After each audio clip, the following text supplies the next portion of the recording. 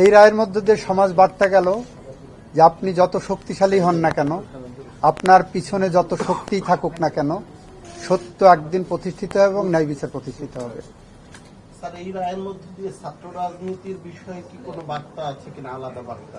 বার্তা তো সবার জন্যই আছে যে আপনি যা করেন আইনের গণ্ডির মধ্যে থেকে করেন, আপনি যা করেন পাশবিকতা দেখানোর কোনো জায়গা না, আপনার মনুষ্যত্ব জাগরণ করতে হবে।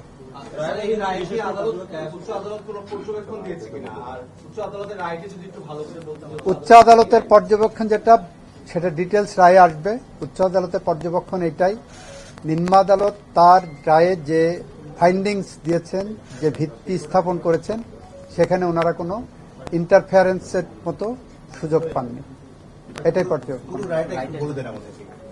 পুরো রায়টা 20 জনের নিম্ন আদালত ফাঁসি দিয়েছিলেন, 5 জনের যাবজ্জীবন দিয়েছিলেন এবং সেটা বহাল আছে। আদালত রায়টা রিলিজ করলে তখন আমরা নকল তুলব, আমরা আমাদেরটা তুলব, তারা তাদেরটা তুলে নিয়ে করবেন। আইনি যে প্রক্রিয়া আছে, আমরা তাদের আইনগত সমস্ত অধিকার নিশ্চিত করতে চাই। এইভাবে একজন মৃত্যুদণ্ডপ্রাপ্ত আসামি মানে জেল থেকে পালালো এবং অনেকদিন পর কারা কর্তৃপক্ষ সেটা মানে প্রকাশ করলো, এই বিষয়টাকে আসলে কি হবে?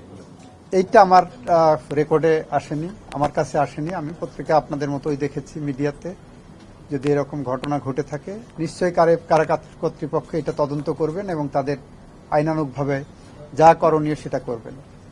আর উনি যেদিন ধরা পড়বেন সেদিন থেকেই ওনার সমস্ত অধিকার যেটা আছে সেইটা দিয়েই আমরা আইনিভাবে পদক্ষেপ নেব।